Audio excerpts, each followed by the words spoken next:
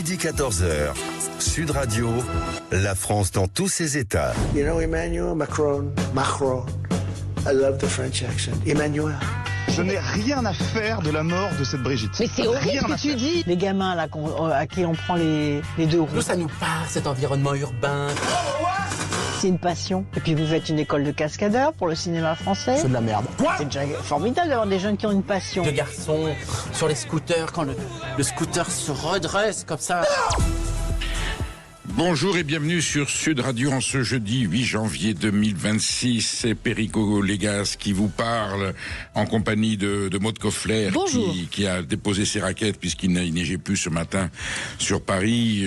Julien Delmas est toujours là pour nous assurer un son 5 sur 5 et Emmanuel Galasso attend vos appels avec impatience au 0826 300 300. Les paysans sont entrés dans Paris. Les agriculteurs en colère ont pris possession de certains endroits face à l'Assemblée nationale, sous la Tour Eiffel.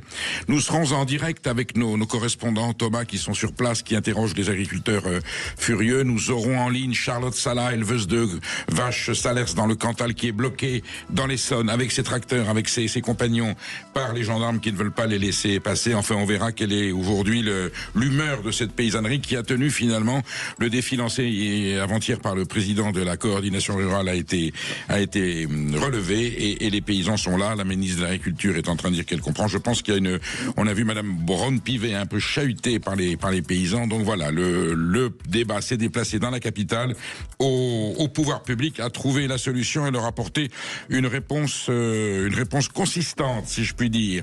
Nous aurons également en ligne le vice-président de la FNSEA qui va essayer de nous décrypter.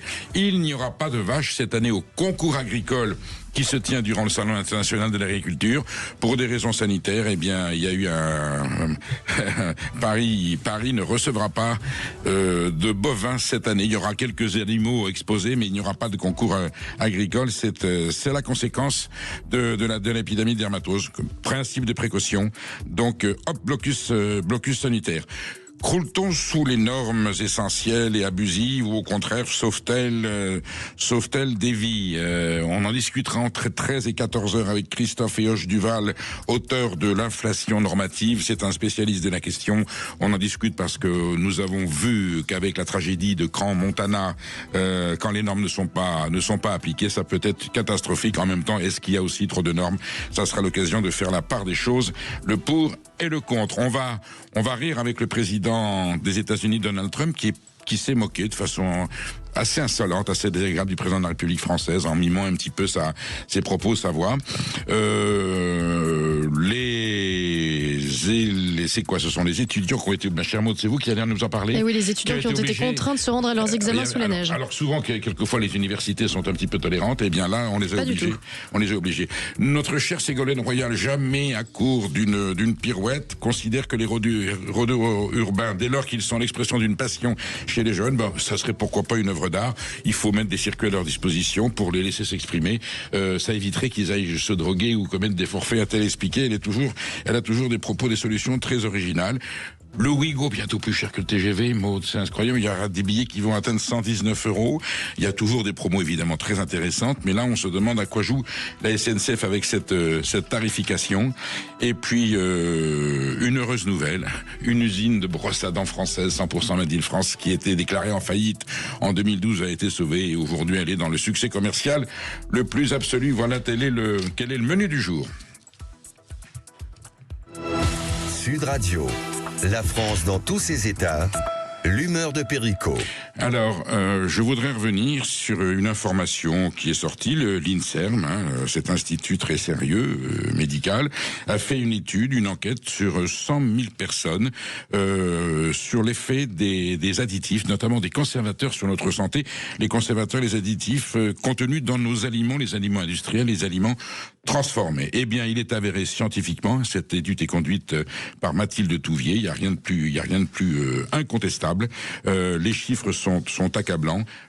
On sait aujourd'hui que les conservateurs non antioxydants contenus dans les produits, dans les aliments industriels, les aliments transformés, les conservateurs, ça sert à quoi? Ça sert à faire en sorte que les produits puissent rester le plus longtemps possible à l'étalage dans les rayons de grande surface. C'est l'agro-industrie qui les met en place de façon à ce qu'il n'y ait pas de perte, que les dates limites de vente ou les dates limites de consommation ne soient pas trop limitées, donc pour perte des produits, eh bien ces conservateurs sont aujourd'hui à l'origine de maladies avérées, des cancers, différents types de cancers, et puis également des diabètes de type 2. On sait par exemple au cours de la période qui a été suivie, il y avait 105 260 participants et 4 226 participants ont reçu un diagnostic formel de cancer, dont 1208 cancers au sein, 508 cancers de la prostate, 352 cancers colorectaux et 2158 autres types de cancers dans le pancréas notamment. Voilà ce que l'on sait aujourd'hui de la malbouffe, des effets des produits transformés, parce que pour qu'ils soient transformés, vendus pas cher et conservés longtemps, il n'y a pas de miracle. On introduit à l'intérieur des produits nocifs,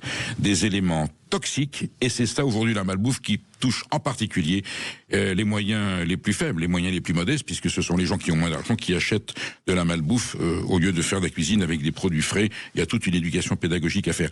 Je dis, cette humeur est un coup de gueule parce que il y a quelques jours, l'Assemblée nationale, après avoir voté en une première lecture, avait rendu obligatoire le Nutri-Score. Le Nutri-Score, on rappelle, ce sont ces codes couleurs qui indiquent sur les produits industriels transformés lesquels dont on peut pas abuser, mais qu'on peut consommer plus régulièrement, et ceux dont il ne faut pas abuser parce qu'ils contiennent trop de sucre, trop de graisse et que c'est mauvais pour la santé. Ça engendre aussi des maladies, ça engendre aussi des cancers ou des diabètes. Eh bien, en deuxième lecture, l'obligation du Nutri-Score a été rejetée par l'Assemblée nationale avec le vote, c'est ce qui m'avait le plus interpellé, avec le vote des députés du Rassemblement national, qui finalement ont cédé à la pression de l'ANIA. L'ANIA, c'est le grand syndicat de l'industrie agroalimentaire qui regroupe toutes les grandes firmes, toutes les grandes multinationales, qui évidemment ne veut pas du Nutri-Score. Le Nutri-Score, rappelons qu'il est utilisé par des firmes agro-industrielles qui l'assument parce qu'il est volontaire. Là, on pensait le rendre obligatoire et le Rassemblement national a voté contre. On se demande si c'est le Rassemblement national ou le Rassemblement capital.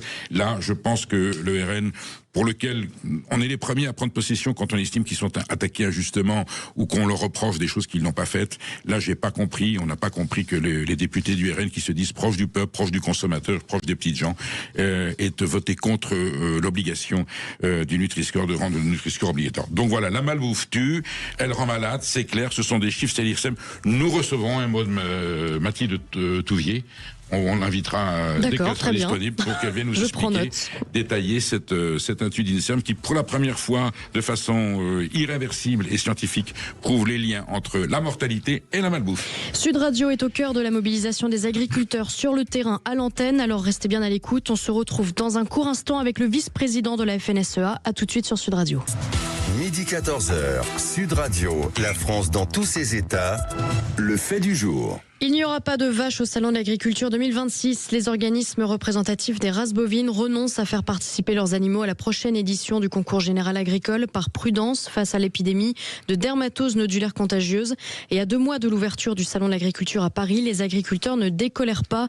Tôt ce matin, une vingtaine de tracteurs sont entrés dans Paris. Certains se trouvent en ce moment devant l'Assemblée nationale. On en parle avec le vice-président de la FNSEA, Lux Messard. Bonjour. Bonjour. Bonjour Lux Messard, merci d'être à l'antenne de Sud Radio. Oui, 2 sujets, évidemment l'actualité agricole avec la colère des paysans par rapport à la façon dont le gouvernement traite ce problème de dermatose, cette épidémie de dermatose. Et puis nous l'apprenions hier, donc il n'y aura pas de bovins, je dis bien, je ne crois pas que c'est au salon en totalité, je crois que c'est au concours agricole, il n'y aura pas donc de concours pour les vaches cette année. Lux Messard, c'est une mesure qui a été prise par les éleveurs ou par les autorités du salon? Alors c'est une mesure qui a été prise par les races charolaises, Limousine, Primostein. C'est un choix de tous ces éleveurs qui sont vraiment top au niveau génétique, qui ont eu peur. On peut le comprendre par rapport à cette dermatose nodulaire bovine. Je pense qu'aujourd'hui, elle est contenue notamment dans le sud de la France, mais que par rapport à ces transports d'animaux, pour éviter tout risque, La France est quand même l'excellence en termes de génétique, puisqu'on exporte partout en Europe et dans le monde. Et donc, ces éleveurs ont préféré rester chez eux. Je crois que c'est un crève-cœur, mais par contre, comme vous l'avez dit, il y aura une présentation des races. On aura aussi, bien sûr, tous les autres animaux de la ferme. On aura les ovins, les porcins, les chevaux. Et donc, ça ne donne que envie de donner un message. Il faudra venir à ce salon pour vraiment soutenir les agriculteurs français. Je crois qu'il faut savoir, comme ça a été fait d'ailleurs à Cournon d'Auvergne, il y a le sommet de l'élevage en octobre dernier. Tous les ans, oui. Où les bovins n'étaient pas présents, mais par contre, les Français sont venus en masse à Clermont d'Auvergne. Ça sera la même chose, il faudra qu'il y ait du monde à Paris. Il peut y avoir un risque de contamination si on amène des animaux qui sont confinés dans un espace restreint. Il peut y avoir on peut véhiculer le virus, ou c'est vraiment une mesure de précaution?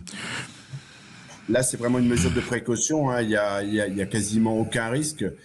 Puisque bien sûr aujourd'hui dans les zones concernées sur la DNC, il y a des zones sans transport réglementées, mais par contre pour les autres départements, les autres secteurs, je crois que c'est le principe de précaution, mais précaution qui se comprend. Et je crois que aujourd'hui tous ces éleveurs qui ont vraiment investi depuis des générations, c'est souvent la génération des parents, des grands-parents, et ça peut se comprendre. Moi je pense que ce qu'il faut surtout derrière ce message, c'est de se dire qu'on a la chance d'avoir en France un ensemble de races, et c'est toutes les petites races aussi qui se disent quand on n'a que quelques milliers d'animaux en France, faut pas prendre le moindre risque. Il est vrai qu'on oublie trop facilement que, j'allais dire, la filière bovine est l'un des fleurons, mais c'est quand même le grand fleuron du patrimoine agricole français, avec une diversité de races, un savoir, des traditions, des qualités de viande.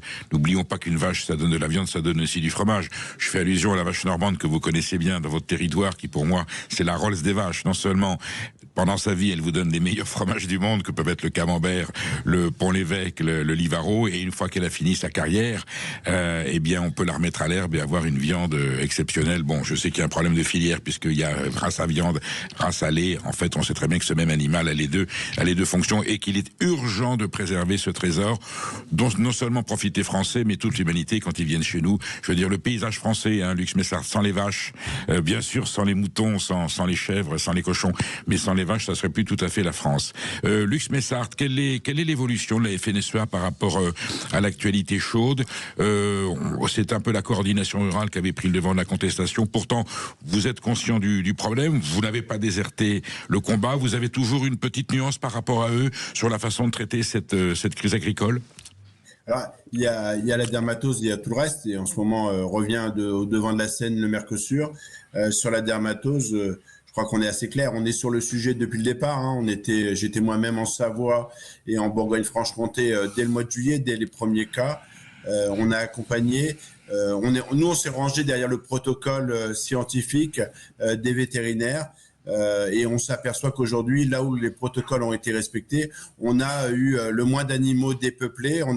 C'est là qu'on a perdu le moins d'animaux. Et donc, c'est ça qui est important, c'est de se dire que là où les choses ont été respectées, notamment les transports d'animaux, ça fonctionne.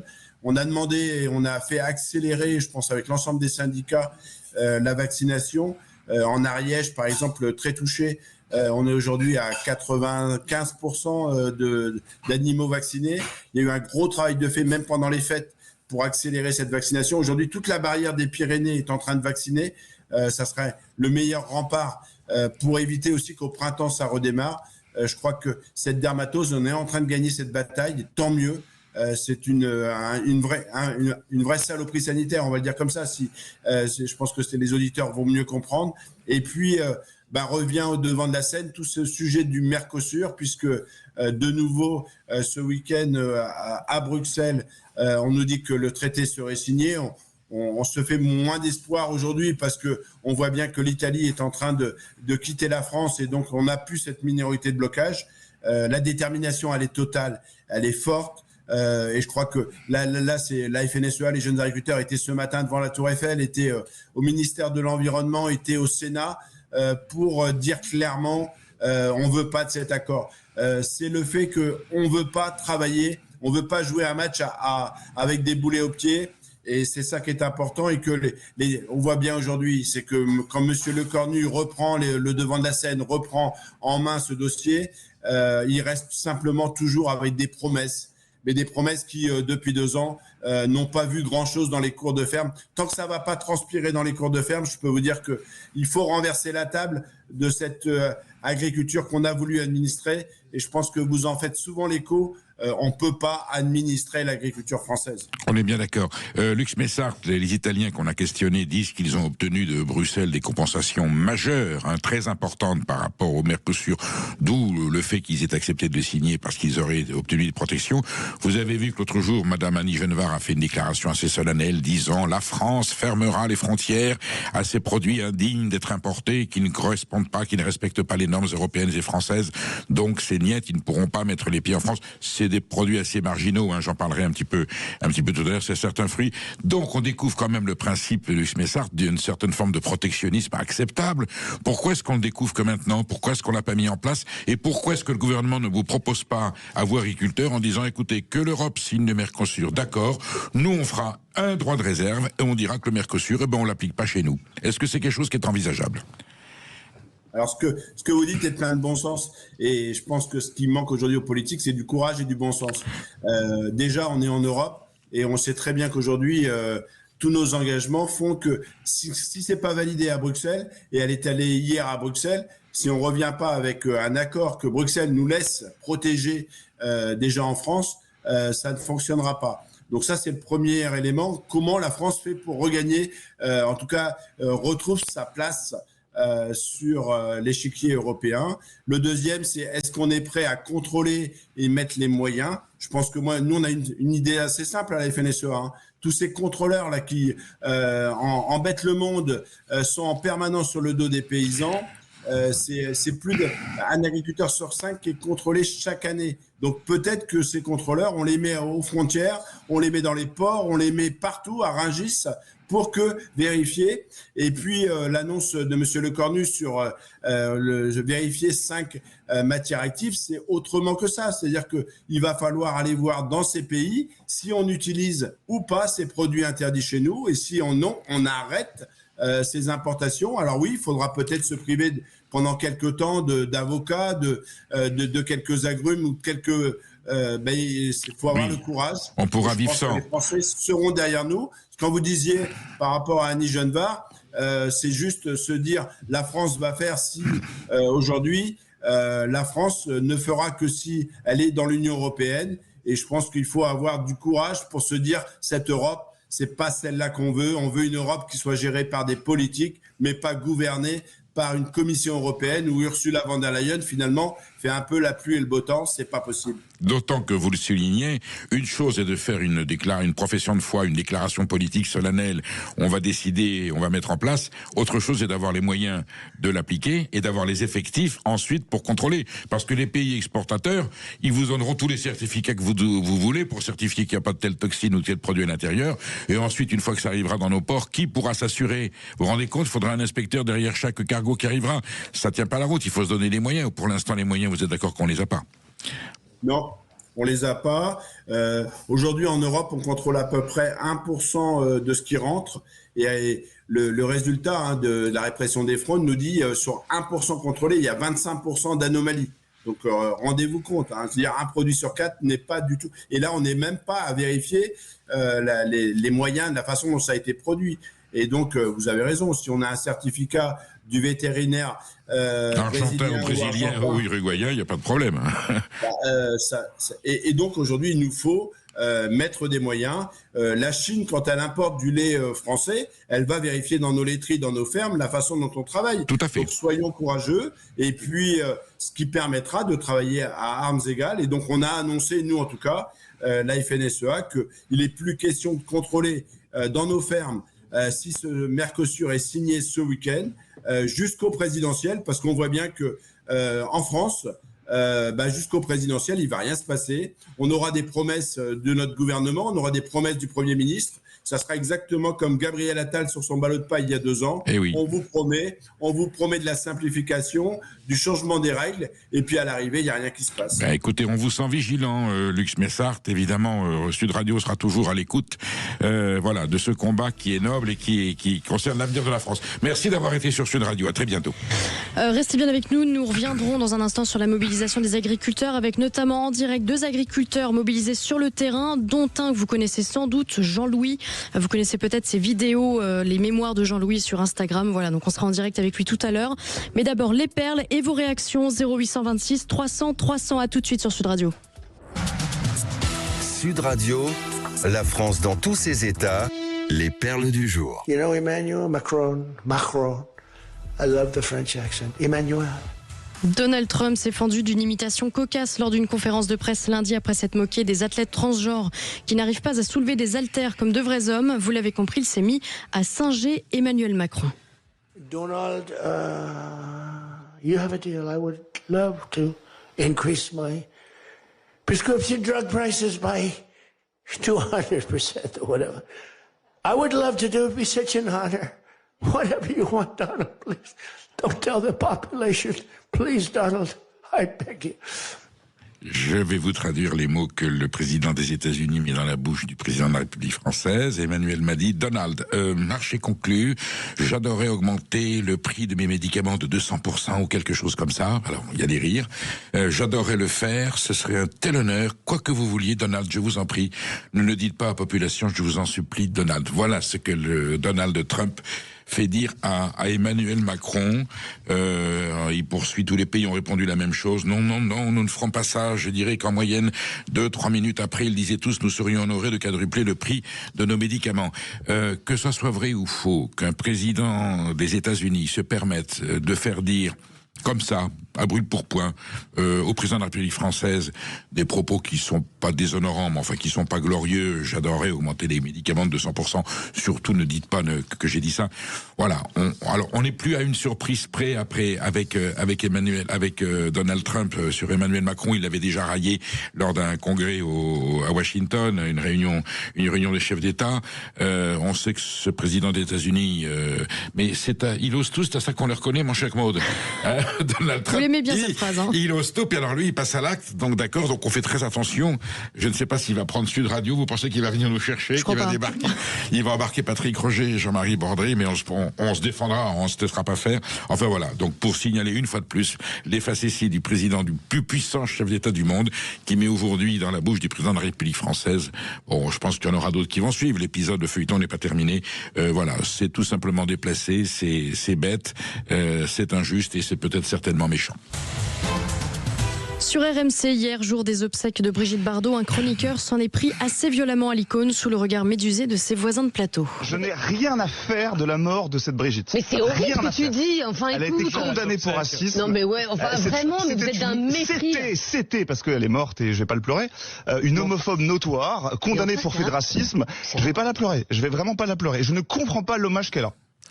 Il s'agit de Pierre Rondeau, notre confrère journaliste sur RMC dans l'émission d'Estelle Midi. Ici, on défend le parlant vrai. Bon, il parle vrai. Il a le droit il a le droit de dire ça, Pierre Rondeau. Mais nous, on a le droit de lui répondre. Pierre Rondeau, non, c'est pas juste. Je ne vais pas dire que c'est déplacé. On a le droit de considérer quelqu'un qui est mort, qu'on n'a pas fait l'éloge de Brigitte Bardot. J'ai dit moi-même hier, dans mon hommage à Brigitte Bardot, on pouvait considérer que c'était pas forcément une grande actrice. Enfin, il y a un cratère un fossé entre ce que dit. On peut être critique avec Brigitte Bardot et on peut être critique avec quelqu'un le jour de ses obsèques. On peut être critique avec quelqu'un qui est mort, même s'il est mort de façon héroïque. On a le droit de dire qu'il a peut-être fait quelques fois c'est pas de la critique. Dans sa vie des bêtises. Mais là, dire de cette façon, avec cette virulence, voilà, c'était un petit peu étonnant. Et nous sommes voltairiens sur Sud Radio, nous donnerons notre vie pour que nos adversaires, les gens avec qui nous ne partageons pas toutes les idées, qui ne pensent pas comme nous, puissent continuer à s'exprimer. Ça, il n'y a aucun problème là-dessus. Mais du coup, nous sommes en droit de répondre à Pierre Rondeau que cette sortie comme ça un peu virulente Brigitte Bardot était un peu injuste. Si on commence à faire l'inventaire des artistes, des chanteurs, des musiciens qui ont pris des positions politiques, Jean Ferrat, que je vénère, qui pour moi est un des fleurons, un des orgueils de la chanson française, est resté communiste jusqu'au bout et a soutenu très très souvent, même si à la fin il avait conçu qu'il y avait peut-être une erreur, il a soutenu le régime communiste et l'Union soviétique. Bon, c'est pas pour ça qu'on l'a discrédité et qu'on l'a dénigré. Bon, et là, qu'est-ce qu'elle paye, Brigitte Bardot? La vérité, et Pierre Rondeau aurait pu le dire, elle a été effectivement, à un moment donné, elle a été sensible aux thèses du Rassemblement national, elle a connu Jean-Marie Le Pen. Donc on sait aujourd'hui qu'un artiste classé à droite, dans une mauvaise droite, une droite qui sent pas bon, n'a pas droit, le jour de la mort, on a le droit de la montrer du doigt. C'est une liberté qu'on ne peut pas interrompre, mais que Pierre Rondeau accepte que nous considérions que ses propos ont été déplacés, maladroits. Je l'ai connu plus pertinent et plus avisé que cela.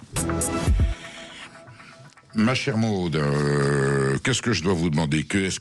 C'est vous qui parlez de la neige avec les étudiants? C'est moi qui vais vous parler de la neige. Parce que vous êtes venu au travail, vous, hier. Ben oui. Et avant-hier aussi. Et sans problème. Vous n'êtes pas étudiante. J'ai de la chance, mais non, je ne suis pas étudiante. Alors, limiter les déplacements au maximum, cette consigne répétée en boucle par les préfectures n'était visiblement pas adressée à tout le monde. Alors, certaines universités ont maintenu les examens partiels du premier semestre, ce qui a provoqué la colère des étudiants qui peinent à se rendre sur place, évidemment, parce que non, tous les étudiants parisiens n'habitent pas à Paris, et contrairement à ce que prétendent certains journalistes de salon, tout le monde ne peut pas anticiper un tel phénomène météorologique par manque de moyens, par exemple, ou peut-être aussi parce que l'activité des transports en commun a été largement réduite. Résultat, certains étudiants ont dû prendre leur voiture malgré tout et emprunter les routes verglacées d'Île-de-France pour se rendre à leur université. D'autres ont finalement fait demi-tour parce que entre rater un examen et finir dans le fossé, le choix est vite vu. Bref, on reproche aux franciliens d'être des chochottes. Si une chochotte, c'est quelqu'un qui subit l'irresponsabilité des préfectures, des mairies et des universités, ça me va. Bon, il n'y a pas que ça qui vous a chagriné, hein. Il y a beaucoup de choses qui me chagrinent en ce moment. Bon, vous avez écouté Ségolène Royal.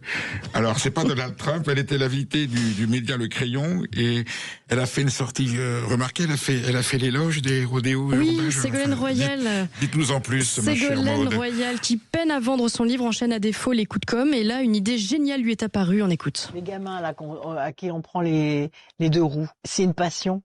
C'est déjà formidable d'avoir des jeunes qui ont une passion. Alors évidemment, ils font n'importe quoi, c'est très dangereux, il y a même eu des morts, et vous les sortez du quartier. Au lieu de ça, on réprime, on prend leurs deux roues et c'est broyé. Et qu'est-ce qu'ils deviennent les gamins derrière? Ils font du trafic de drogue ou des cambriolages. Vous les mettriez sur un circuit qui n'est pas utilisé, genre Montlhéry, vous faites un internat scolaire, vous les remettez à l'école, vous les faites encadrer par des motards, par des gendarmes, etc. Vous leur donnez en plus une formation de conducteur.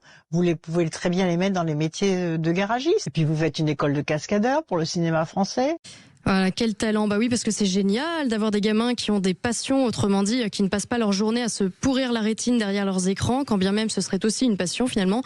Et je peux vous dire qu'après ça, Ségolène Royal va prendre tarif, parce que sortir ça une semaine après la mort de Mathilde, 20 ans, renversée par un type qui faisait justement du rodéo urbain par passion, c'est vachement bien joué.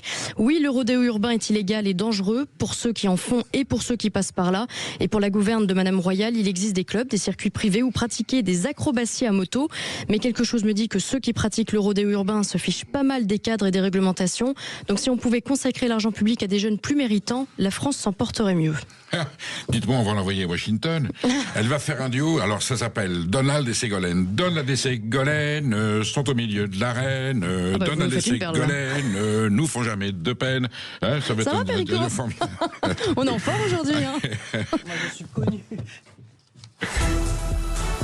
Le prix des billets Ouigo, censés être beaucoup plus abordables que les billets de TGV classiques, vont peut-être encore augmenter, Perico. Oui. Alors, Ouigo reste Ouigo. Il y a eu des billets des prix qui ont été bloqués. 300 000 billets ont été mis en vente à 19 €. Mais pour autant, la SNCF a remarqué qu'il y a des Ouigo plus demandés que d'autres. Évidemment, il y a des dates de trajet, de vacances. Et à ce moment-là, elle applique les lois du marché libéral classique. Elle fait monter les tarifs.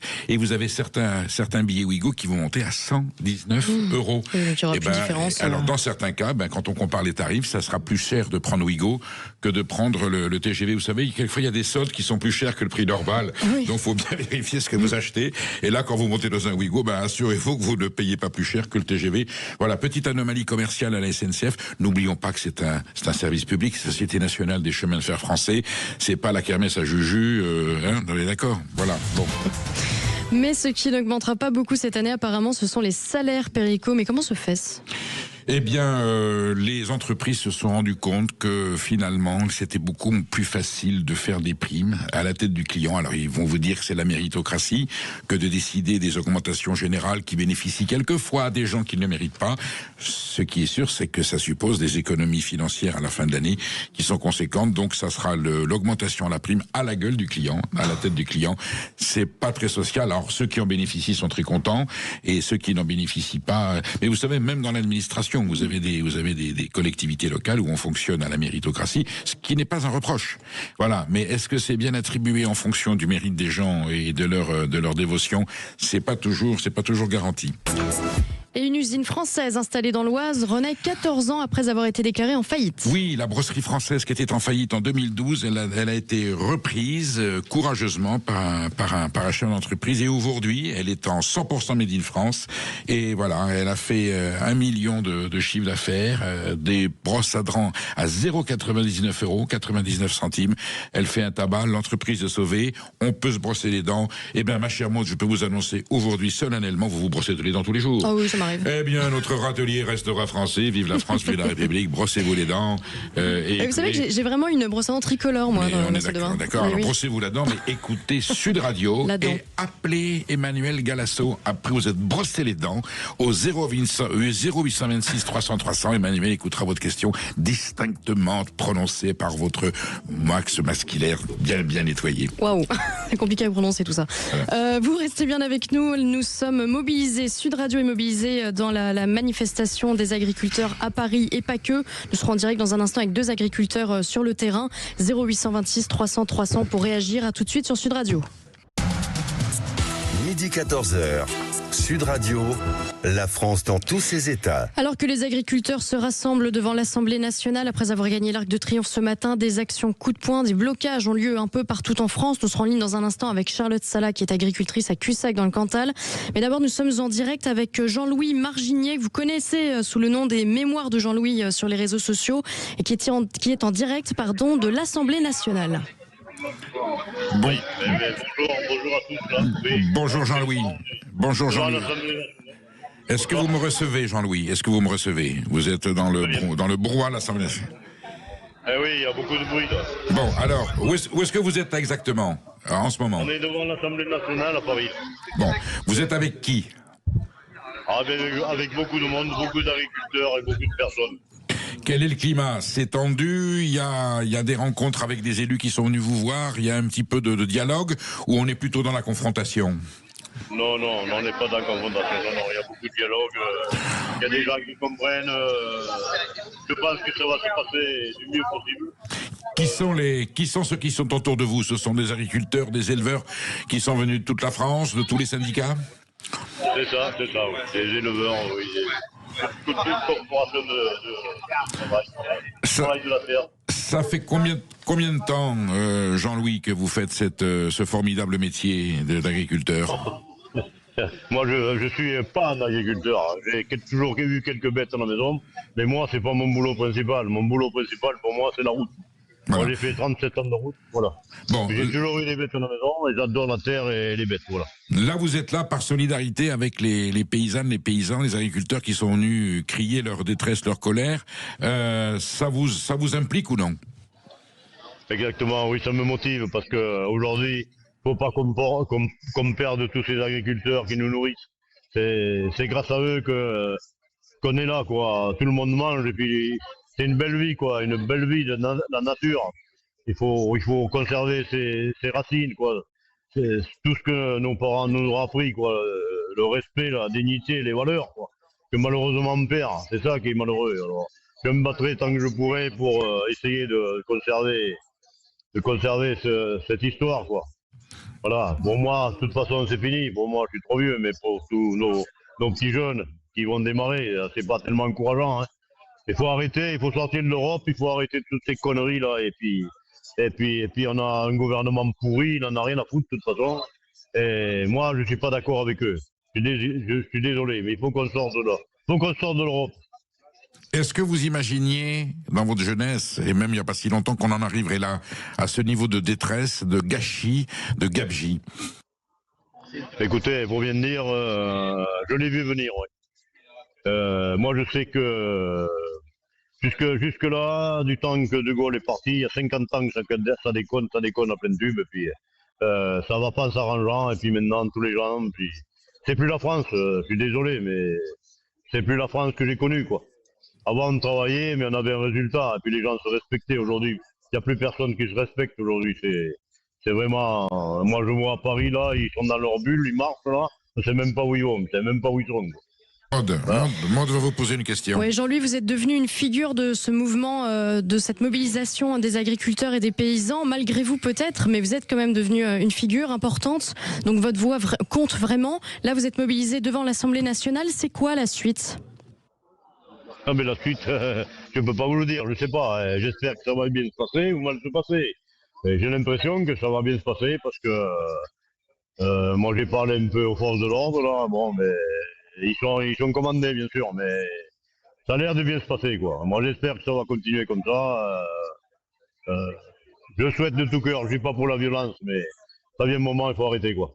Ça suffit quoi. Est-ce que les jeunes agriculteurs qui sont autour de vous les sentez comment? Ils sont déprimés, ils sont résignés, non, ou ils ont envie de se battre? Ils ont envie de se battre, ils sont pas déprimés du tout. Pas du tout, au contraire, bien au contraire, ils sont bosseurs, mais on peut pas les inciter à faire du travail où ils vont crever de faim quoi. C'est dommage, mais on en est arrivé là. Pour ça, il faut arrêter toutes ces importations de viande là qui viennent du Brésil, les poulets du poulet que ça vient d'Ukraine, les œufs ça vient d'Ukraine. On a tout ce qu'il faut en France pour nous nourrir. Faut arrêter, mais c'est un problème de pognon, c'est tout. Faut arrêter les conneries là. Comment vous expliquez, Jean-Louis, que le gouvernement, depuis tant d'années, que cette tragédie agricole torture la France, torture nos paysans, comment vous expliquez que jamais la classe politique ait eu le courage de prendre les mesures nécessaires depuis le temps qu'on entend ces plaintes, les promesses qui ont été faites? Vous vous souvenez l'an dernier, le Premier ministre sur sa motte de paille. Vous n'êtes pas lassé d'entendre une classe politique qui promet, qui fait rien? Écoutez, moi la politique, j'en fais pas. Pour moi, on m'a toujours dit que c'était sale. De toute façon, ceux qui sont au pouvoir à l'heure actuelle, c'est tous des bons à rien. Je suis désolé de le dire. Ils pensent qu'à leur paye, c'est tout. Il n'y a que le fric qui compte aujourd'hui. Les Français, les paysans, aujourd'hui, ils n'en ont rien à foutre.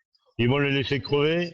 Voilà ce qu'ils veulent faire. Quand je vois la destruction qu'ils ont fait partout, moi j'étais en arrière, j'ai tout ça. Quand j'ai vu le travail qu'ils ont fait, je suis désolé, mais ça va pas continuer comme ça. Ça va venir un jour, ça va très très mal se passer. On vous sent en colère, Jean-Louis, mais on vous sent présent et mobilisé et solidaire des autres agriculteurs. Merci d'avoir été sur Sud Radio. On aura certainement l'occasion de se reparler. En tout cas, on vous félicite pour votre courage et pour votre combat. À très vite. Et on accueille Charlotte Sala, qui est agricultrice à Cussac, qui est mobilisée également, Perico. Bonjour Charlotte. Bonjour Perico. Bon Charlotte, je rappelle que vous êtes éleveuse de vaches Salers, un très beau troupeau. Moi je suis allé le voir, ce troupeau à Cussac, dans le Cantal, au pied du plan du Cantal, dans ces monts d'Auvergne, des bêtes magnifiques. Vous tenez à votre troupeau comme à vos enfants, et vous leur apportez un soin particulier. Vous produisez un fromage exceptionnel, qui est le fromage Salers. Vous avez votre propre label qui est le Salers Tradition Sala. Mais là aujourd'hui, vous avez décidé, avec vos compagnons, avec vos collègues, vos confrères, de vous mobiliser. Vous êtes venu depuis l'Auvergne en tracteur. Vous vous trouvez où exactement, Charlotte, à l'heure qu'il est? Là, on est bloqué à Viry-sur-Châtillon depuis 5 heures ce matin. On est complètement bloqué dans une rue, devant et derrière. On est une trentaine de tracteurs. On a fait quand même plus de 20 heures de tracteur pour arriver jusqu'ici. Ça fait 2 jours qu'on y travaille et on n'a même pas été entendu quoi. On a été parqués comme des animaux par des gendarmes qui font leur métier et qui sont au demeurant très gentils avec nous, c'est pas le problème. Mais on n'a même pas eu le droit d'accéder jusqu'à Paris et c'est juste aberrant. Vous êtes tous venus du Cantal ou il y a des agriculteurs qui arrivent d'autres départements?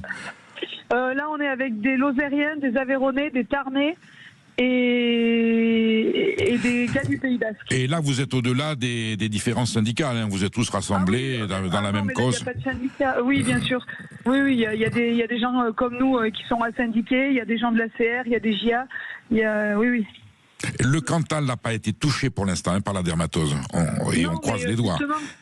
Ça n'a pas été touché, mais on aimerait avoir les vaccins avant d'avoir un cas. On aimerait protéger nos troupeaux, nos cheptels souches, et on aimerait surtout que l'abattage total s'arrête vite et que ça soit un abattage sélectif.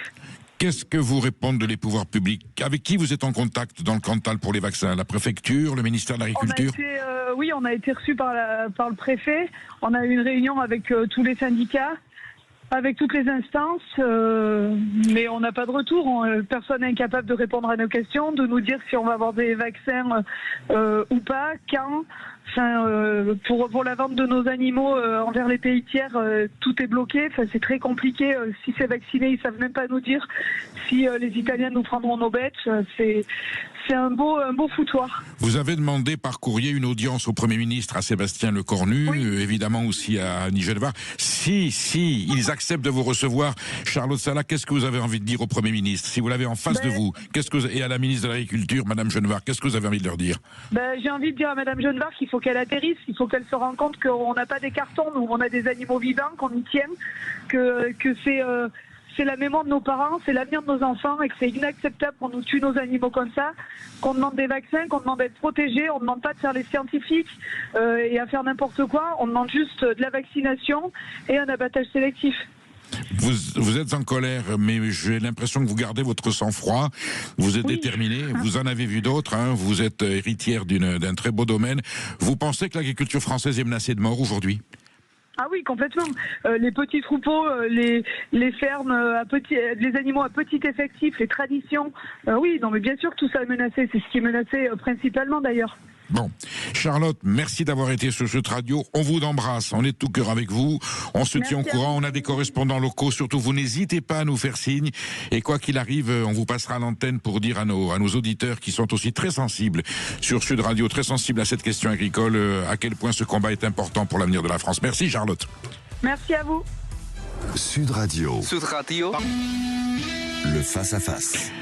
Vous êtes bien sur Sud Radio avec Perico Légas et je reçois pour un débat, alors tous les débats du 13-14 sont toujours très importants, mais là celui-là nous touche de très près depuis longtemps.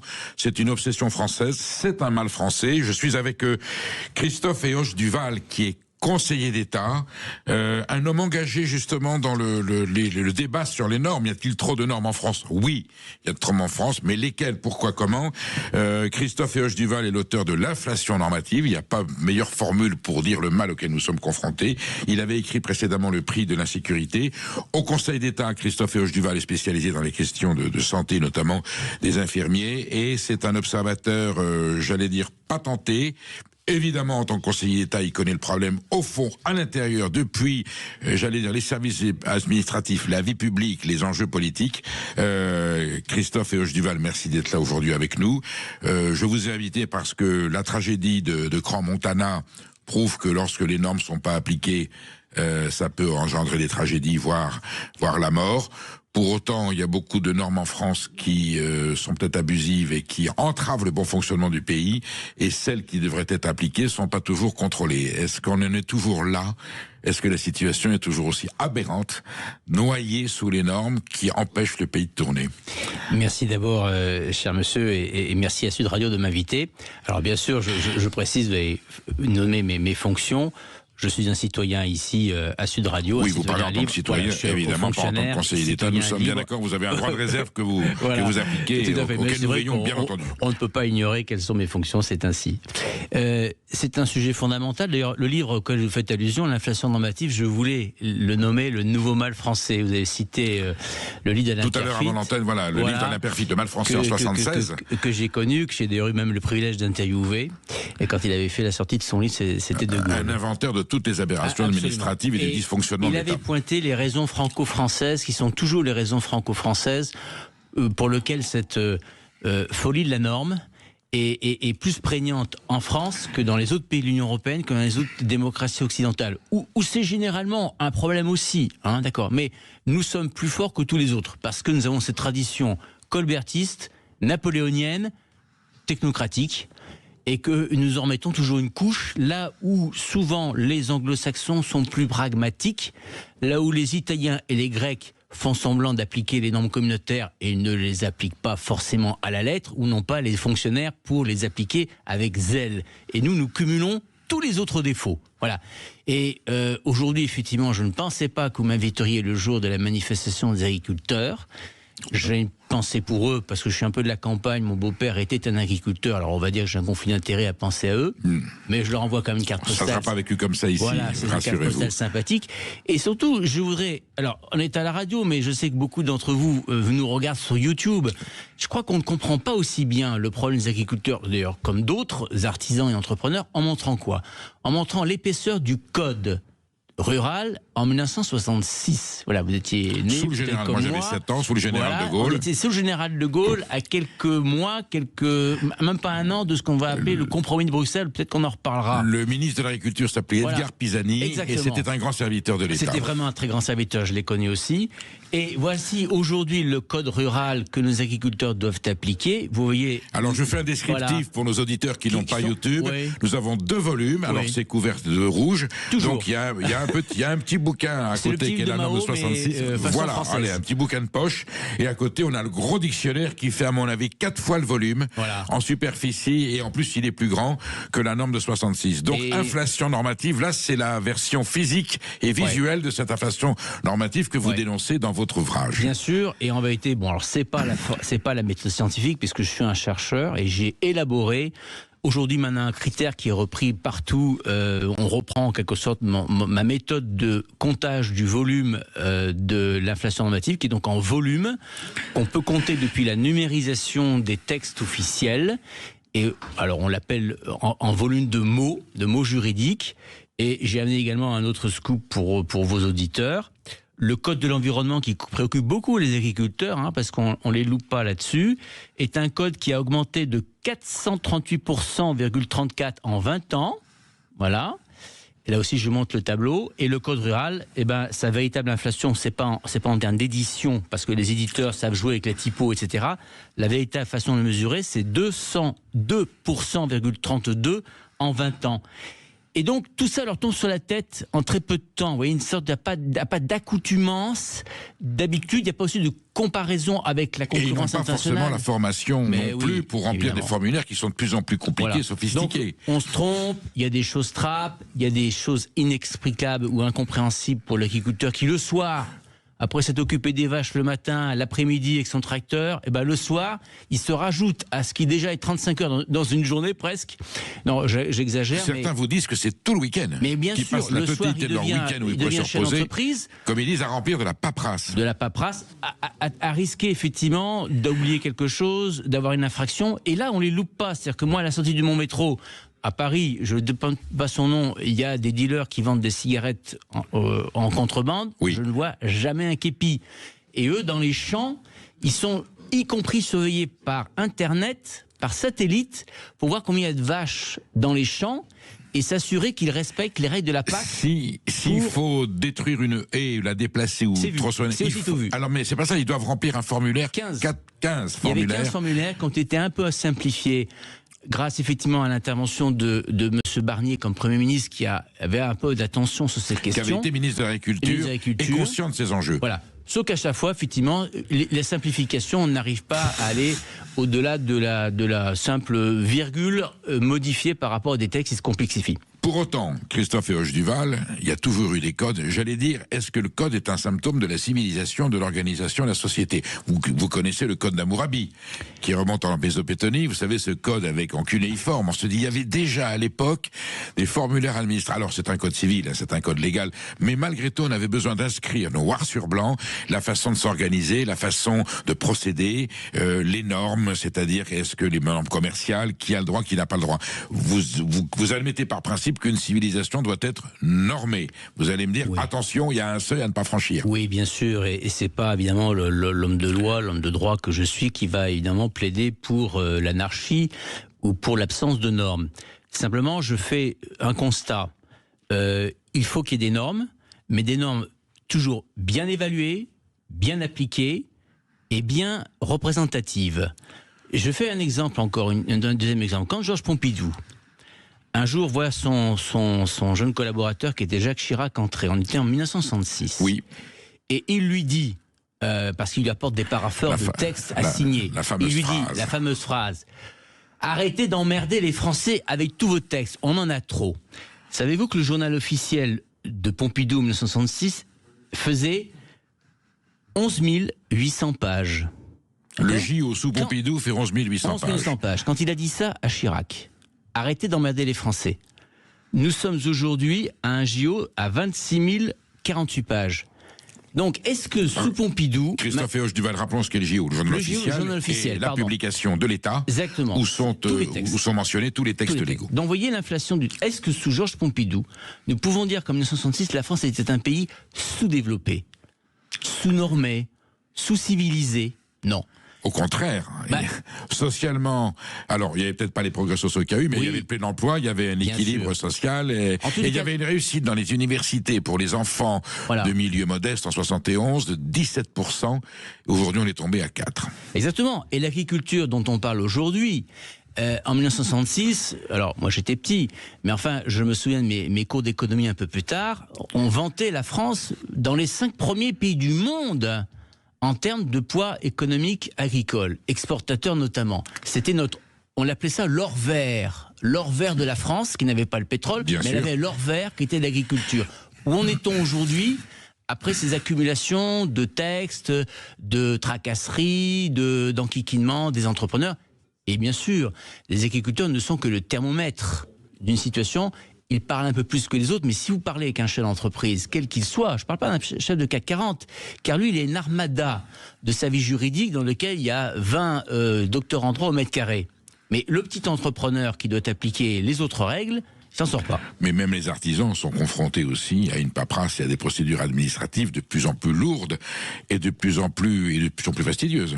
Personne n'est épargné aujourd'hui en France. Personne n'est épargné, et nous-mêmes administrés, nous le voyons bien, parce que quand nous sommes en tant qu'assurés sociaux ou assurés sociales confrontés à telle ou telle demande de droits, de prestations ou autre, eh bien on a une accumulation de conditionnalités. Alors on réunit la condition B mais pas la condition C. Ah oui, mais on coche la D mais on cochait pas la E. Et tout ça est très complexe, et cette complexité, est-ce qu'elle est supporté par une maîtrise démocratique? Voilà, c'est ça. Est-ce qu'on a voulu ces normes? Est-ce qu'on en est à l'origine? Et la plupart du temps, quand on gratte un peu, on découvre que non. Vous êtes sur Sud Radio, je suis avec Christophe Héoche Duval, nous parlons du surpoids, de l'inflation normative. Est-ce que vous-même, auditeur de Sud Radio, auditeur et auditrice de Sud Radio, est-ce que vous avez été confronté à un abus de normes? Est-ce que vous êtes excédé justement par les formulaires à remplir? Ou au contraire, considérez-vous que ce sont les normes qui permettent de réguler le commerce, la société, et qu'elles sont importantes? Voilà, appelez-nous au 0826 300 300. Emmanuel Galasso attend votre appel. Donnez-nous votre avis, et j'allais dire le professeur Héoche, professeur en inflation normative, Christophe Héoche Duval répondra à vos questions. À tout de suite. La France dans tous ses états. Vous êtes bien sur Sud Radio. Perico Légas reçoit Christophe Héoche Duval. Nous discutons du fléau informatif, les inflammations normatives, qui est le titre de l'ouvrage de Christophe Héoche Duval, qui est conseiller d'État, mais qui n'est pas là aujourd'hui en tant que conseiller d'État. Et nous décryptons avec lui les enjeux, et j'allais dire c'est un démon qui saisit la société française, l'inflation normative. Nous sommes en ligne avec Philippe qui nous appelle d'Argenteuil. Philippe, vous êtes chef d'entreprise, il me semble, c'est ça? Et oui, c'est ça, je suis chef d'entreprise depuis 10 ans. Avant j'officiais dans une grande multinationale. Maintenant, je suis à mon compte. Effectivement, les normes, c'est toute une affaire. Aujourd'hui, il y a 400 000 normes en France, et les entrepreneurs, ils sont un peu comme Bugs Bunny, et l'administration, c'est un peu le chasseur avec un fusil, et on nous tire dessus avec ces normes-là. On ne sait jamais si on est en sécurité, si ce qu'on fait c'est bien, tellement il y a de normes. Humainement, c'est ingérable. C'est pas qu'on veut mal faire comme entrepreneur, c'est pas qu'on veut pas appliquer les normes, mais simplement il y en a tellement qu'on se dit toujours, j'ai oublié quelque chose. Et il n'y a pas de possibilité réelle de savoir si on est pile dans l'axe ou pas. Vous êtes un peu assisté quand même, vous sentez que vous avez une formation, ou j'allais dire un mode d'emploi de la gestion, où vous êtes livré devant la norme, on se débrouille pour remplir les conditions de formalité administrative. Voilà, on fait au mieux. Moi, j'ai fait une école de commerce quand j'étais gamin, donc je pense que j'étais formé sérieusement. Je travaillais à des postes importants. Mais même moi, qui ai fait une vraie carrière dans l'industrie automobile, par exemple, je peux vous dire une chose, c'est que quelqu'un de normal, même moi, qui quand même qui a un bon background, on se trouve complètement perdu là-dedans. C'est un vrai marais, quoi. Concrètement, vous avez une aberration à nous citer, par exemple, que vous auriez en mémoire? Oui, par exemple, au niveau des assurances, il y a tellement de normes. Moi, j'ai une entreprise qui est multiple, qui fait plusieurs segments d'activité, donc du tourisme, de la vente de jouets et autres. Ça m'oblige à prendre, chaque fois qu'il y a des normes, ça implique des responsabilités. Et ça m'oblige, par exemple, à prendre plusieurs assurances et responsabilités civiles par rapport au segment d'activité que j'ai.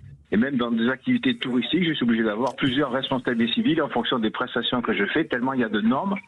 Et c'est pareil pour le personnel. Je ne peux pas faire travailler des gens qui en profitent 360 pour faire l'encadrement. Il me faut des gens qui soient soit maîtres nageurs, soit accompagneurs vélo, soit professeurs de canoë, etc.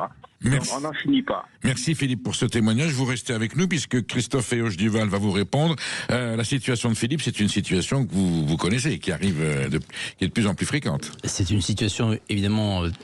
Vraiment, ce sont les chefs d'entreprise. Alors, il faut mettre là-dedans les artisans, les commerçants, les agriculteurs, qui sont peut-être à la pointe du ressenti de cette pression normative. Mais encore une fois, elle touche tout le monde. Et malheureusement, elle touche souvent beaucoup de citoyens et d'administrés qui ne s'en rendent plus compte. Parce que comme M. Jourdain, on avale de la norme sans plus savoir qu'on boit de l'eau. D'accord ?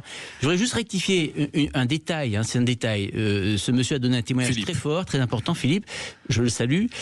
Il a dit la France aux 400 000 normes. Alors ça, c'est une farce.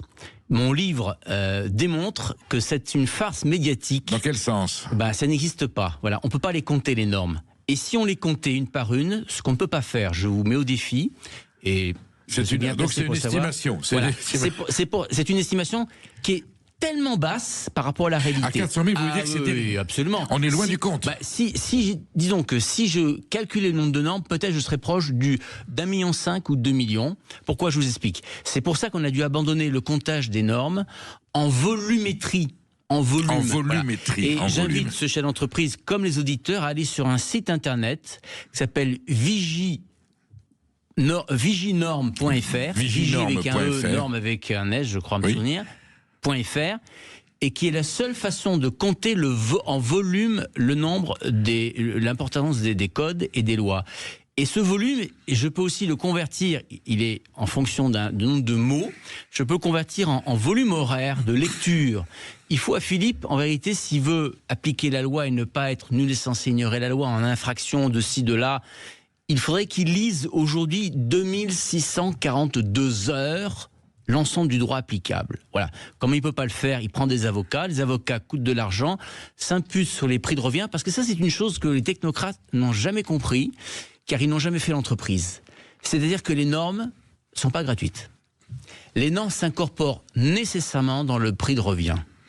Et ce prix de revient est-il toujours compétitif ? Si oui, pas de souci. À partir du moment où la norme a été faite, en veillant à ce que les Américains, les Chinois, les Indiens, les Européens ont à peu près les mêmes normes, donc les mêmes coûts dans leur prix de revient. Si c'est pas le cas, l'entreprise est déficitaire. Si elle est déficitaire, c'est ce qui se passe aujourd'hui. C'est la crise économique et elle est en partie liée aussi au surcoût des normes françaises. Vous voulez dire qu'une norme n'est pas seulement une entrave administrative ou une entrave à la procédure ou une entrave à la production. Il peut y avoir une incidence économique directe. Ça appauvrit l'activité à laquelle elle est appliquée. Mais absolument, c'est d'abord une question de coût économique.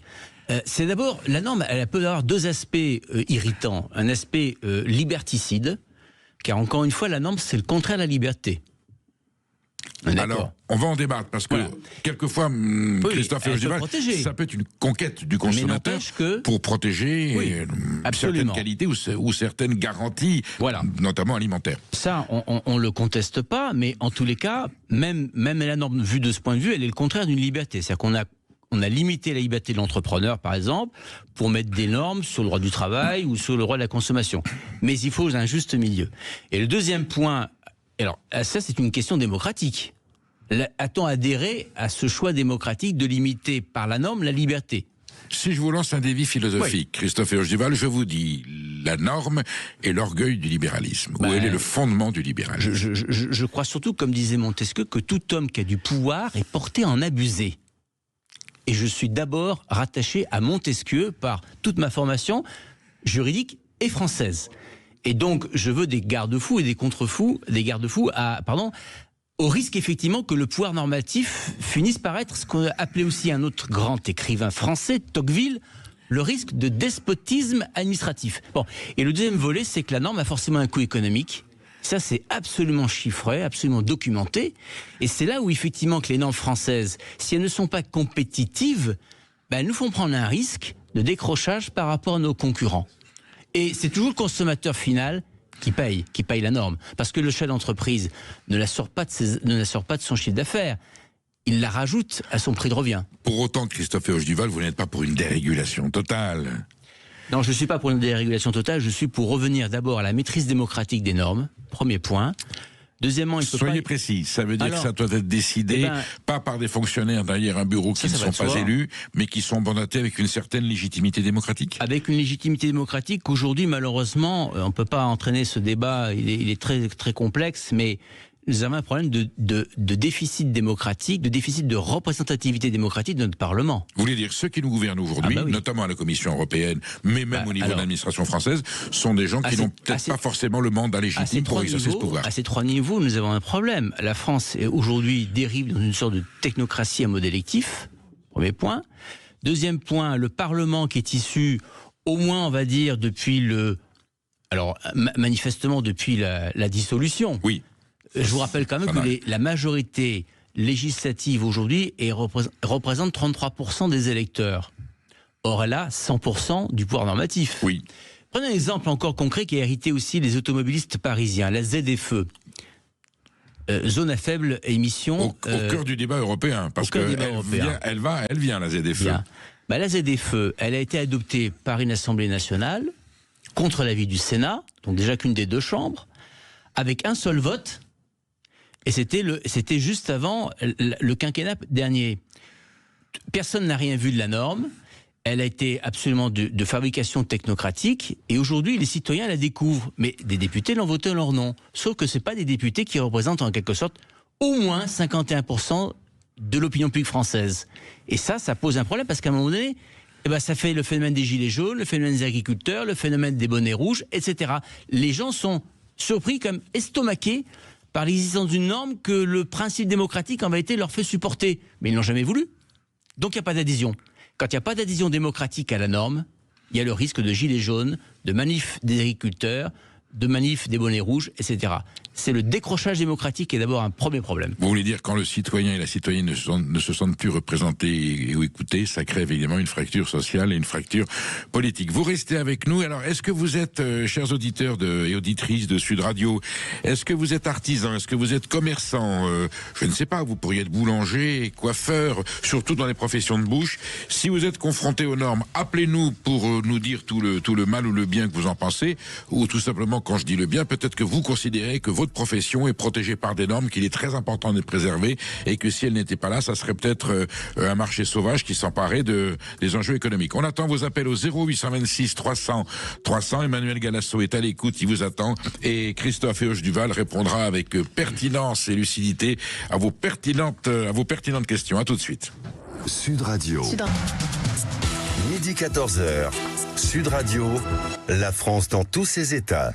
Oui, vous êtes bien sur Sud Radio et je reçois Christophe Héauge-Duval, auteur de l'inflation normative, conseiller d'État, mais il est là à titre personnel. Merci. Et nous faisons l'évaluation, j'allais dire quelquefois désastreuse de ces normes, de ces règles, de ces réglementations qui, plus que de faciliter la vie d'une société, en entrave le bon fonctionnement. Nous sommes en ligne avec Cédric, qui nous appelle d'Ottignac. Cédric, vous êtes chauffeur poids lourd, il me semble. Oh oui, bonjour. Vous êtes vous bonjour, merci d'être là. Bonjour Cédric. Vous êtes vous aussi confronté à des normes qui vous agacent ?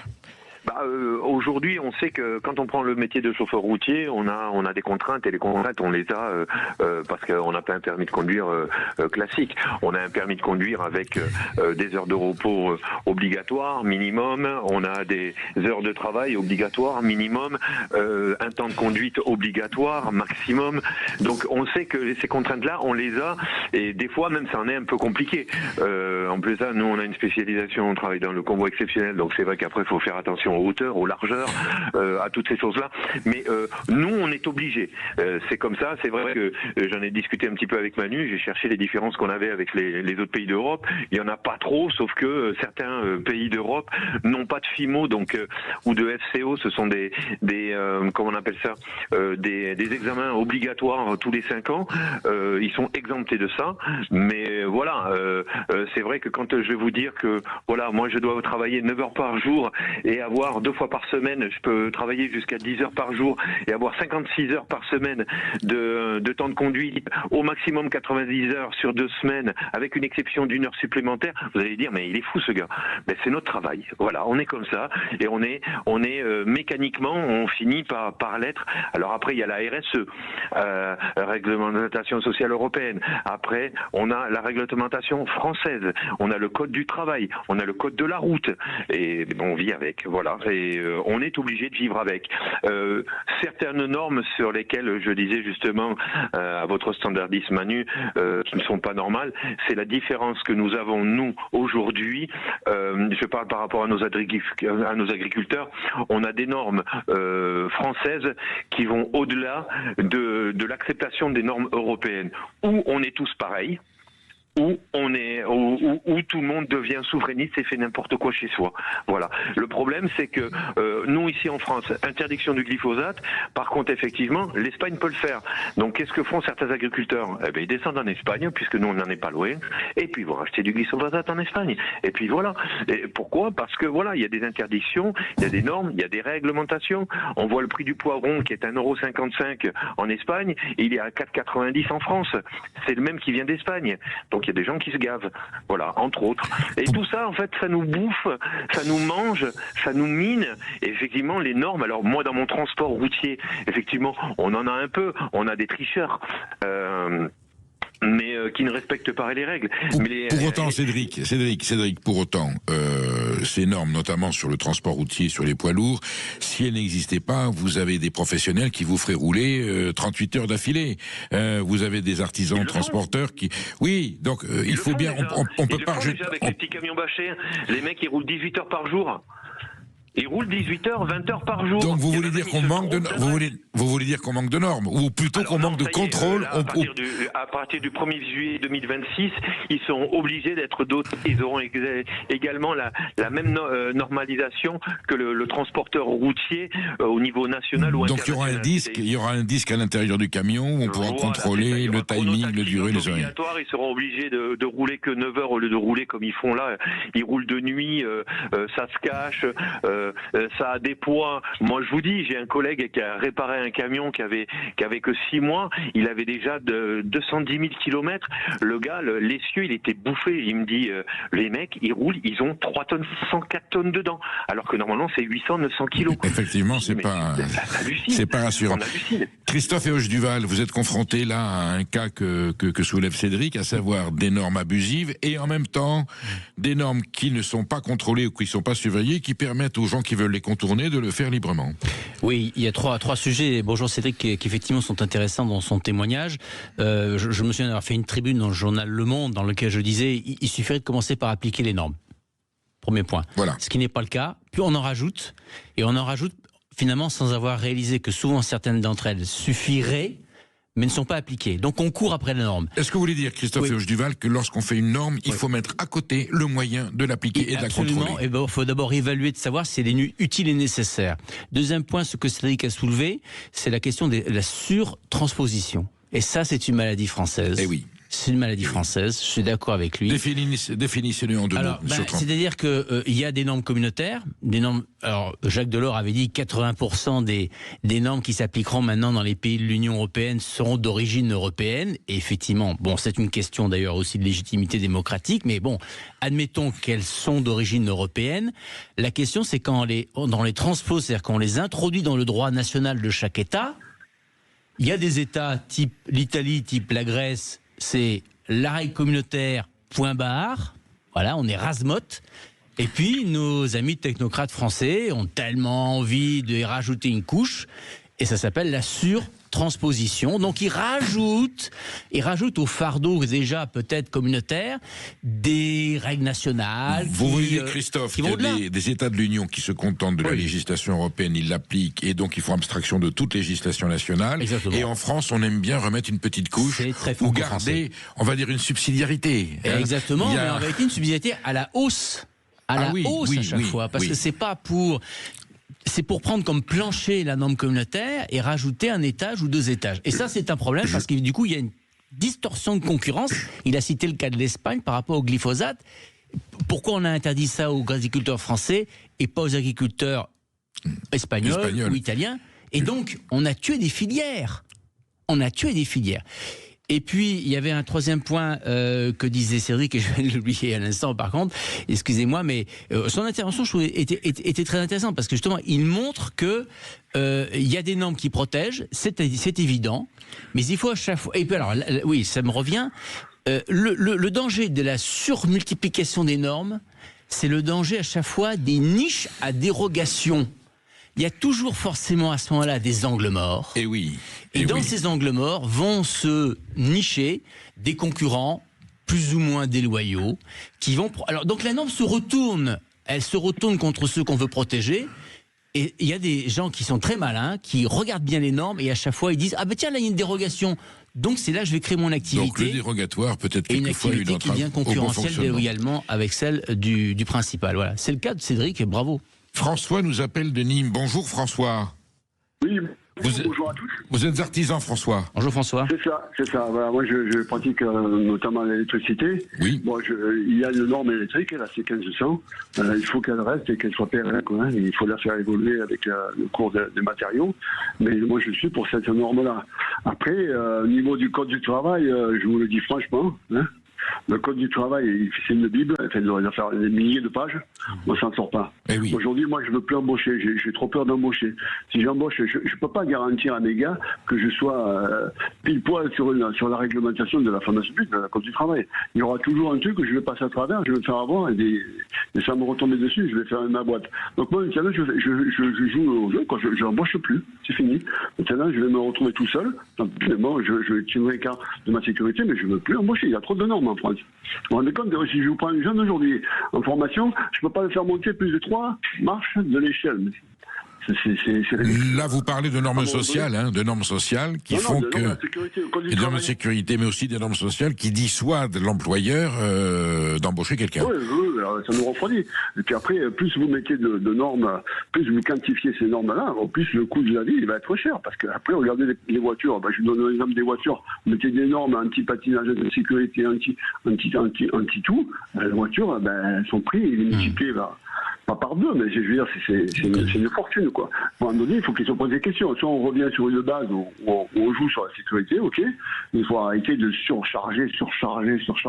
Moi, j'ai décidé, je n'embauche plus, hein, c'est fini. Hein. Christophe Duval, le cas de François. Là, il dit 2 choses très intéressantes. La première, il fait une remarque que je partage. Les meilleures normes sont les normes qui sont créées par les entrepreneurs eux-mêmes. C'est les normes AFNOR. On met autour de la table. Il faut retirer le pouvoir. Oui, écoutez, il faut retirer le pouvoir parlementaire, et aux technocrates. Il y a des normes professionnelles. On met les professionnels autour de la table. C'est les fédérations professionnelles, c'est leurs syndicats. Et on peut mettre aussi le syndicat d'ouvriers et de salariés, c'est évident. Et on crée des normes consensuelles. Donc plutôt un conseil économique et social plus qu'un parlement. Peut-être, mais les normes AFNOR sont de construction professionnelle. Donc il y a une adhésion. Il y a un réalisme. D'abord, c'est pas des normes farfelues sorties par des gens qui n'ont jamais vu un boulanger ou je sais pas ce que faisait monsieur. Électricien. Ils n'ont jamais vu une prise électrique. Bon, voilà, j'exagère à peine. Et le deuxième point, le code du travail, effectivement, je ne peux qu'applaudir ce que dit dit François, en le décevant un peu parce que vous allez voir que vous allez sur le site Vigie norme avec un s.fr, allez-y monsieur l'entrepreneur, le code du travail est celui qui a presque le moins enflé. 104,88% en 20 ans. Mais c'est quand même le double.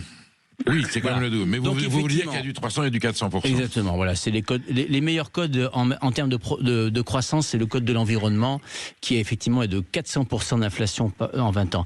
Mais alors, voilà, un exemple typique. C'est-à-dire que la CAC 40 va presque s'en fiche de l'augmentation du code du travail, parce qu'il y a une armada, comme je le disais, de services juridiques. En même temps, d'ailleurs, c'est elle qui va trouver, grâce aux normes, de quoi faire licencier un employé. Ah ben oui. Parce qu'elle trouvera la niche de la norme qui permet effectivement de mettre en tort l'employé. À l'inverse, monsieur qui a très peu de salariés, lui, il va oublier une norme du Code du travail. C'est pas de sa faute. Il peut pas surveiller tout ce qui se produit dans le Code du travail tous les ans. Et c'est à l'inverse son salarié qui risque de découvrir qu'effectivement, il a oublié la virgule de ceci, de cela, et qui le mettra au Conseil des prud'hommes. Vous voyez comme quoi la notion même de protectrice de la norme, elle est parfaitement ambivalente. Vous êtes sur Sud Radio, je suis avec Christophe Héauche-Duval, avec lequel nous dissertons de façon très efficace sur l'inflation normative en France, faut-il ou n'en faut-il pas. Vous-même, est-ce que parmi les auditeurs et auditrices de Sud Radio, quelqu'un est capable de nous appeler pour nous dire vive les normes, heureusement qu'il y en a dans le métier où je suis. S'il n'y en avait pas, ça serait la foire, ça serait la jungle, et quelque part, il faut qu'il y ait des normes, ou encore, vous êtes encore artisan et vous avez, je ne sais pas, vous êtes boulanger, et vous avez un exemple encore d'une aberration normative qui vous pourrit la vie. N'hésitez pas à nous appeler au 0826 300 300. Manu, le célèbre Manu, vous répondra il vous passera la communication et c'est Christophe Héauche-Duval qui répondra à votre question. À tout de suite sur Sud Radio. Sur Zalando et 100% de chance qu'il me remarque. Je suis un génie, non? Alors ça, je sais pas, mais en tout cas, t'as pas froid aux yeux. Du 7 au 12 janvier, trouvez tous vos coups de cœur de l'hiver. Maintenant, jusqu'à moins 50% sur Zalando. Midi 14h, Sud Radio, la France dans tous ses états.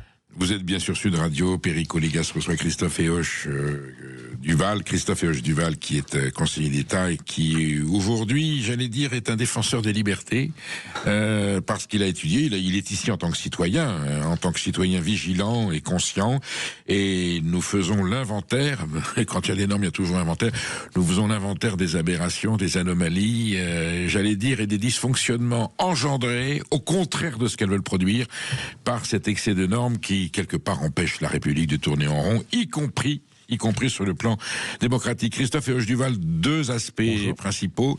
La santé, saturée de normes là aussi ou non? Oui, tout à fait. La santé saturée de normes. D'ailleurs, je consulte encore à nouveau le site Vigie avec un E, norme avec un S.fr, et c'est un site que j'ai pu faire. On ira dessus, hein. Vous le citez plusieurs fois depuis le début de l'émission. Allez-y, c'est d'abord un site gratuit, et je l'ai fait avec l'aide de contribuables associés qui m'ont aidé à faire ce site, et je vois que le code de la santé publique, je prouve qu'il a augmenté de 332,93%, vous voyez, c'est très précis, en 20 ans. Mais une norme de santé, c'est essentiel. Oui, absolument. Sauf que, vous voyez, cette croissance du Code de la santé publique est-elle en adéquation, je pose la question aux auditeurs, avec le service rendu par l'hôpital public? Parce que si le taux de satisfaction des utilisateurs d'hôpitaux était de plus 332%, si on avait mis en place un baromètre il y a 20 ans, est-ce qu'elle serait de cette teneur-là? Ce n'est pas le cas. Ça ne veut pas dire qu'il n'y a pas des établissements de santé où tout est formidable, on est d'accord. Au contraire, ça sauve des vies. Mais ce sont aussi des accumulations de barrières et d'entraves. Je crois que si on avait comme auditeur un directeur d'hôpital public et qu'il soit anonyme, parce qu'il tiendrait bien sûr à l'anonymat de son témoignage, je ne pense pas qu'il nous ferait le témoignage que cette accumulation de normes de la santé publique qui change tous les ans, alors avec un gros responsable qui s'appelle les lois de financement de sécurité sociale. C'est un peu technique, je vais vous expliquer 30 secondes, mais malheureusement, elles ont contribué à l'inflation des normes de santé publique, également des normes de prélèvements obligatoires. Pourquoi? Parce que on a découvert que ces lois sont votées dans un temps très réduit. Et oui.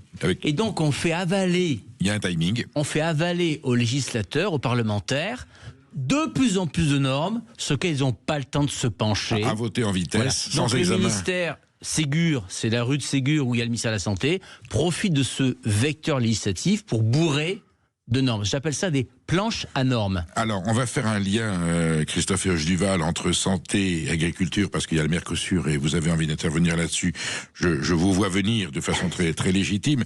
Je disais tout à l'heure dans mon humeur, je lisais ce rapport, je prenais de donner information sur ce rapport de l'INSERM qui signale que dans notre alimentation, il y a tout un tas de conservateurs, de produits toxiques qui sont introduits pour prolonger la conservation des produits au plus grand profit de la grande distribution et de l'industrie agroalimentaire. Là, il faut des normes. Le Nutri-Score était une norme qui me semblait à moi utile puisqu'elle prévient le consommateur des excès qu'il ne doit pas commettre. Pour autant, dans l'agriculture, il y a des normes qui sont des entraves au fonctionnement de l'agriculture. Le Mercosur, c'est aussi une question de normes ? Oui, d'abord, ce sera une norme, enfin, pas une norme à elle seule, puisque c'est un accord commercial pour lequel la Commission européenne, alors c'est complexe parce qu'aujourd'hui on a des agriculteurs qui protestent contre ce Mercosur et en croyant que c'est devant l'Assemblée nationale qu'il faut effectivement protester pour ne pas faire adopter ce texte. Le problème c'est qu'ils n'ont pas compris du tout. Si en 2005 on a effectivement interrogé les Français par référendum sur... Ils ont dit non. Ils ont dit non, mais tout de suite après... En 2008, le président Sarkozy, en 2007, a fait voter par le traité de Lisbonne. On a fait d'abord adopter le traité de Lisbonne qui a dit exactement la même chose que le traité qu'avaient rejeté les Français. Et c'est ce traité de Lisbonne, alors c'est pas que lui, mais enfin je vais vite et je grille court, qui a effectivement transféré entièrement les compétences d'accords commerciaux à la Commission européenne, avec seulement la possibilité pour ce qu'on appelle une majorité qualifiée d'États de s'y opposer. Et là on découvre qu'on est minoritaire. Et voilà. Et donc ce traité s'imposera quand même. Il va être adopté dans le cours du mois de janvier, si bien que ce que font les agriculteurs est peut-être un barreau d'honneur, mais malheureusement, là encore une fois, ça nous renvoie à la maîtrise démocratique de la norme. Donc vous dites que ce traité va être appliqué en total déni de la volonté souveraine du peuple français. Alors, si on le consultait, il est clair que le s'il y avait un référendum français, le général de Gaulle ferait peut-être pour provoquer le mécontentement de la France deux choses. D'abord, il exciperait à nouveau de ce qu'on appelait le compromis de Luxembourg, qui est quand même lié à une crise agricole. Il a dit à ses ministres, reviens à la maison. Pisani revient. La chaise vide. Voilà, la chaise vide. Et il a obtenu que quand il y a des intérêts fondamentaux d'un des pays membres de l'Union européenne, on puisse avoir un veto. Ce qui n'est plus le cas. Deuxième point, c'est entièrement communautarisé, donc je ne sais même pas ce qu'on a besoin de dire ou ne pas dire. On acceptera ce qui a été dicté par la copie germano-bruxelloise. Et enfin, quand je vois même que la ministre de l'Agriculture, qui fait preuve certainement de bonne volonté, prend un arrêté, et vous parliez justement des substances, prend un arrêté le 5 janvier 2026 pour interdire certaines substances, son arrêté, malheureusement, il est illégal. Voilà. Il est illégal parce qu'elle prend un arrêté, qui est d'ailleurs une des plus faibles normes dans le droit français, sur un domaine qui est entièrement communautarisé. Donc c'est la gesticulation malheureusement donc elle peut dire ce qu'elle communicative. Veut. Il n'y aura pas d'incidence. Voilà, il va d'abord être très rapidement attaqué au tribunal et il sera annulé, je pense, à 9 chances ou malchance sur 10.